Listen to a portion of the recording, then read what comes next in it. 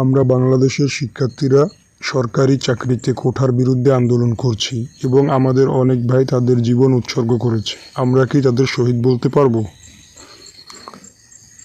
আমরা জানি যে কুরআন এবং হাদিস অনুসারে শহীদ তাদেরকেই বলা হয় যেই সকল মুসলমান ইসলামের জন্য যুদ্ধ করে মারা যায়। এই সকল লোকদেরকেই শহীদ বলা হয়। কিন্তু বুখারী, মুসলিম এবং অন্যান্য গ্রন্থে আপনি এমন অনেক সহিহ হাদিস পাবেন যেখানে রাসূল সাল্লাল্লাহু আলাইহি ওয়াসাল্লাম বলেছেন যে এমনকি যে সকল লোক পানিতে ডুবে মারা যায় তারাও শহীদ, যারা পেটের পীড়ায় মারা যায় তারাও শহীদ,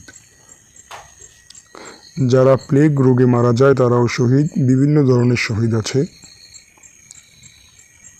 কিন্তু শহীদকে মোটামুটিভাবে আপনি দুই ভাগে ভাগ করতে পারেন। এক, যে সকল লোক ইসলামের জন্য যুদ্ধ করে মারা যায়, এই প্রকারের শহীদ আখিরাত এবং দুনিয়া উভয়কালের শহীদ। রাসূল সাল্লাল্লাহু আলাইহি ওয়াসাল্লাম বলেছেন এই শহীদের গোসল এবং জানাজায় প্রয়োজন নেই, তারা জান্নাতের জন্য প্রতিশ্রুত।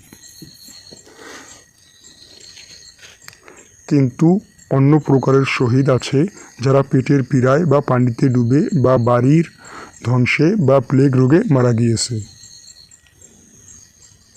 এই ধরনের লোক আখিরাতের শহীদ, কিন্তু দুনিয়ার শহীদ হিসেবে বিবেচিত নয়। অন্যান্য মৃত্যু লোকদের মতো তাদেরকেও গোসল ও জানাজা দিতে হবে। স্কলারগণ বলেন, যারা ন্যায়ের জন্য সংগ্রাম করে মারা যায় বা যাদের অন্যায়ভাবে মারা হয় তারাও আখিরাতের শহীদ। তাই এই বাংলাদেশি শিক্ষার্থীরা যদি ন্যায়ের জন্য সংগ্রাম করে থাকে এবং তাদের যদি অন্যায়ভাবে মারা হয়ে থাকে, যাদের এই সংগ্রামে মারা হয়েছে তারা অবশ্যই শহীদ। এবং আমরা জানি প্যালেস্টাইনে যাদেরকে মারা হয়েছে অবশ্যই তারা শহীদ। বাংলাদেশে যে সকল শিক্ষার্থীরা প্রতিবাদে মারা গিয়েছে তারা নিশ্চিতভাবে আখিরাতের শহীদ।